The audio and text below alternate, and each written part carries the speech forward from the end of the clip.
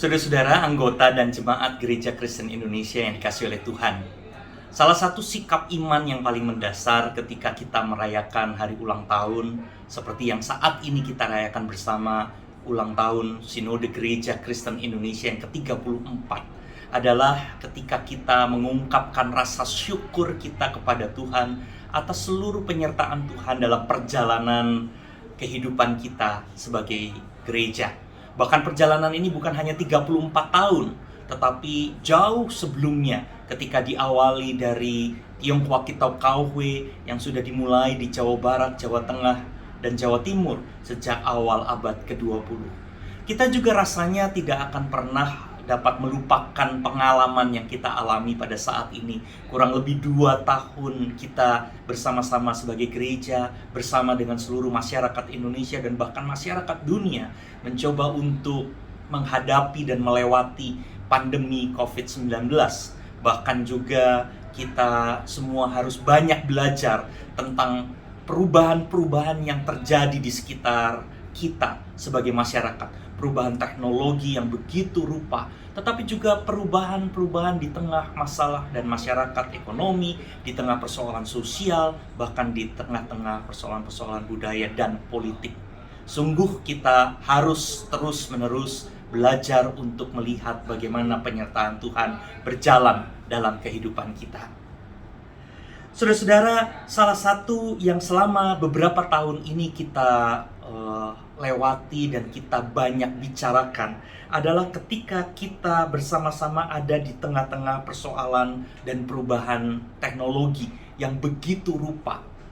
Perubahan teknologi ini membuat kita harus banyak belajar tentang bagaimana kita hidup menggereja, bagaimana kita hidup bersekutu, bahkan bagaimana kita mencoba untuk membangun relasi kita dengan Tuhan. Di dalam konteks kita sebagai Gereja Kristen Indonesia, kita mencoba untuk memahami keadaan kita, perubahan yang ada di sekitar kita, dengan bagaimana kita mencoba untuk menerjemahkan nilai-nilai kerajaan Allah yang di dalam visi misi Gereja Kristen Indonesia kita terjemahkan dalam 2 nilai utama, yaitu perdamaian dan keadilan. Perubahan yang ada di sekitar kita dan berbagai macam tantangan yang ada di sekitar kita harus berjumpa dengan sangat kuat dengan nilai perdamaian dan keadilan, dan kita harus menerjemahkannya melalui aksi-aksi yang nyata di tengah-tengah kehidupan gereja. Karena itu, Bapak Ibu, saudara-saudara yang dikasihi oleh Tuhan, kita semua tahu dan harus membiasakan diri dengan istilah menggereja. Di dalam istilah menggereja, kita mencoba untuk memahami bahwa kehidupan gereja tidak pernah pasif, tidak pernah statis. Kehidupan menjadi gereja adalah sebuah semangat dinamis yang harus terus-menerus kita lakukan dengan sungguh-sungguh berjumpa dengan konteks dan perubahan, tetapi juga terus-menerus menerjemahkan bagaimana nilai-nilai kerajaan Allah itu diwujudkan di tengah-tengah kehidupan kita. Nah, karena itu di tengah-tengah rasa syukur ini, di dalam ibadah-ibadah, di dalam setiap kegiatan-kegiatan, bahkan doa-doa kita semua mencoba untuk mengungkapkan rasa syukur atas penyertaan Tuhan, tetapi juga berharap akan pertolongan Tuhan di dalam waktu yang akan datang.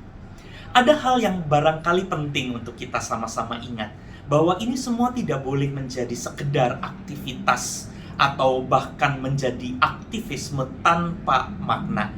Kita mungkin ingat cerita Maria dan Marta yang terkenal itu.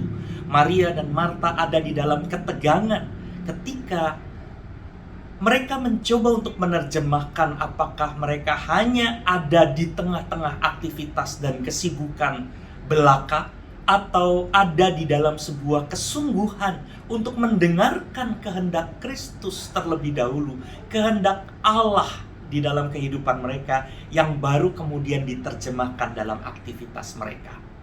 Rasanya kisah di dalam Injil Lukas, Maria dan Marta yang terkenal ini dapat memberikan kepada kita juga semangat bahwa kehidupan menggereja kita pada saat ini bukanlah sebuah aktivisme, tetapi sebuah kesungguhan sikap untuk mendengarkan Allah.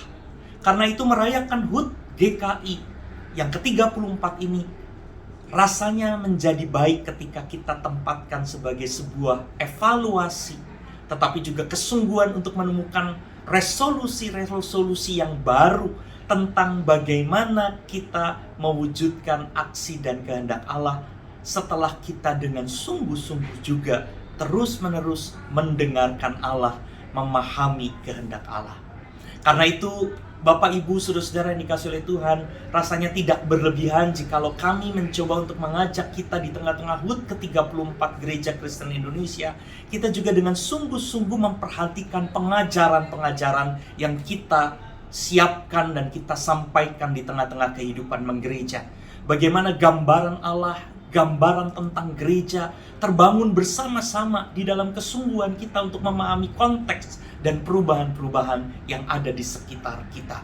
Sehingga kita tidak menjadi gereja yang statis dan pasif, tetapi menjadi gereja yang dinamis, yang terus-menerus mau memperbarui diri, yang terus-menerus mau belajar, mendengar, dan melakukan apa yang baik dan benar menurut kehendak Allah.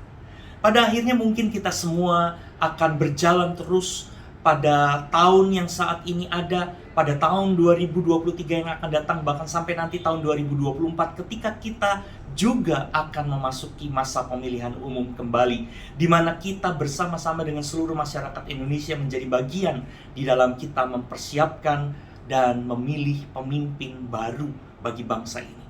Sangat penting bagi kita untuk menjadi gereja yang bukan hanya terlibat, tetapi mempunyai pandangan-pandangan dan kontribusi yang sangat kuat di tengah-tengah situasi dan kehidupan politik. Kontribusi di mana kita kembali memperjuangkan perdamaian dan keadilan, mencoba mendorong nilai-nilai kerajaan Allah itu untuk hadir di tengah-tengah kehidupan kita sebagai sebuah bangsa. Pada akhirnya, kita semua bersyukur kepada Tuhan, tetapi juga terus berdoa kepada Tuhan. Biarlah segala kemuliaan dan hormat hanya bagi Allah Bapa, Putra, dan Roh Kudus. Amin.